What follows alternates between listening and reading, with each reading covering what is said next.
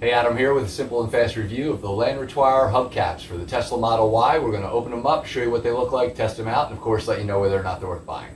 So getting this out, just going to show you one of these before we install. A couple things to note when we do this. First of all, it's going to tell you usually which side it should be on, so be aware of that. And the other thing I want to point out is you're going to make sure that you find the hose or the tube valve space for that. Make sure you pop that on. In that box somewhere is going to likely be a logo that can just stick right on. We'll point it out if there isn't one, but usually there is one. But these are pretty sweet looking. Obviously they're plastic, so just be aware of that. Shrink this down a little bit.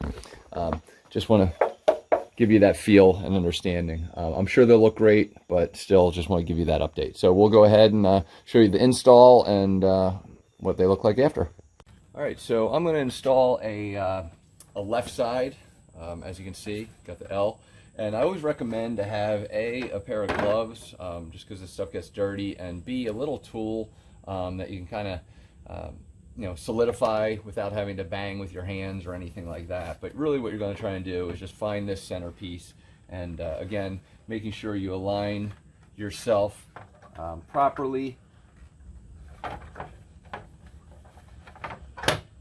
There we go. And then I'm going to just kind of pop it in gently.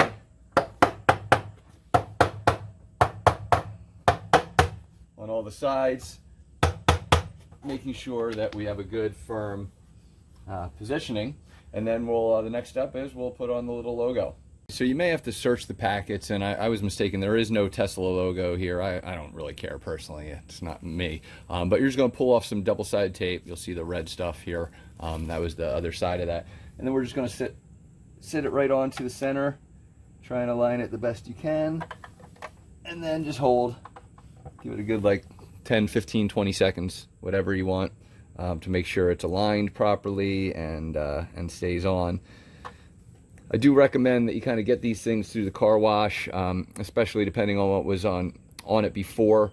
There may be some dust and everything like that, but more importantly, inside your wheels may look different depending on what was on there before. But overall, as you can see, this thing looks awesome. So I'm going to go ahead and put the rest on, but definitely worth buying. Hopefully this review helps, and thanks for watching.